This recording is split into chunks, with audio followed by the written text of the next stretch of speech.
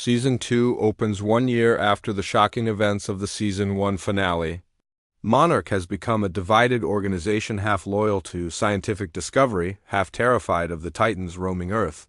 Kate, Kentaro, and May are living under strict surveillance after their previous exposure to classified operations.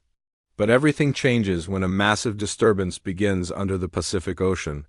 Seismic readings reach levels not seen since Godzilla first rose. Rumors spread of a Titan older than Godzilla, something Monarch classified decades ago as the Sleeper. Kate receives a mysterious encrypted message believed to be from her missing father, Hiroshi. The message contains coordinates deep in the Pacific, right in the center of the seismic activity. Against Monarch orders, Kate and Kentaro decide to investigate, pulling May out of her quiet attempt at a civilian life. Their journey leads them back to Lee Shaw, now older and on the run. Shaw warns them.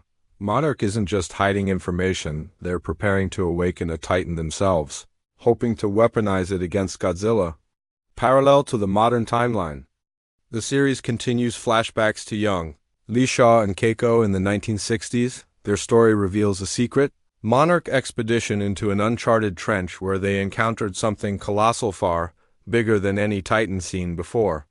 The creature possessed bioluminescent markings like living constellations. They called it Astragon, the Titan of the deep stars. Believed to be the first sky breather that once shaped Earth's oceans, back in the present, Astragon awakens. Its emergence from the abyss creates destructive whirlpools, tsunamis, and magnetic storms. Godzilla senses the awakening and begins moving across the Pacific with unparalleled speed. Monarch panics, believing the two Titans will inevitably clash. Kate, however, starts to believe Astragon may not be hostile, but frightened like a creature dragged from its natural slumber.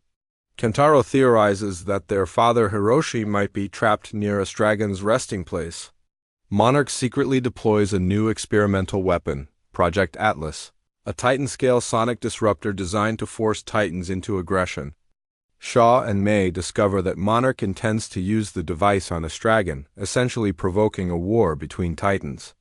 If such a war breaks out, humanity may not survive the shockwaves and atmospheric collapse it could cause. Shaw rallies the younger team, insisting they expose Monarch's operation before it's too late. The team infiltrates a Monarch oceanic fortress built above the trench. What they find inside shocks them. Hiroshi is alive but badly injured. He reveals that Monarch has been experimenting on the energy surrounding Astragon, believing it can power weapons capable of controlling Titan territories. He warns Kate that Project Atlas doesn't just provoke, awakens dormant Titans worldwide. If activated, dozens of forgotten monsters will rise at once. In the ocean, Godzilla reaches the fortress just as Astragon emerges fully. The moment the two Titans lock eyes, the world trembles. Astragon releases a celestial blue roar that bends the ocean like liquid light. Godzilla answers with a charged atomic blast across the waves. But before the two can battle, Monarch triggers Project Atlas. The sound wave sends both Titans into uncontrollable fury. The fortress collapses, and Kate's group barely escapes as the entire sea becomes a battleground. Chaos spreads across the globe. Titans long thought extinct begin rising, mountain-sized creatures emerging from deserts. Forests splitting open as ancient beasts awaken and dormant predators stirring beneath Arctic ice. Monarch's worst fear has come true, a global Titan resurgence.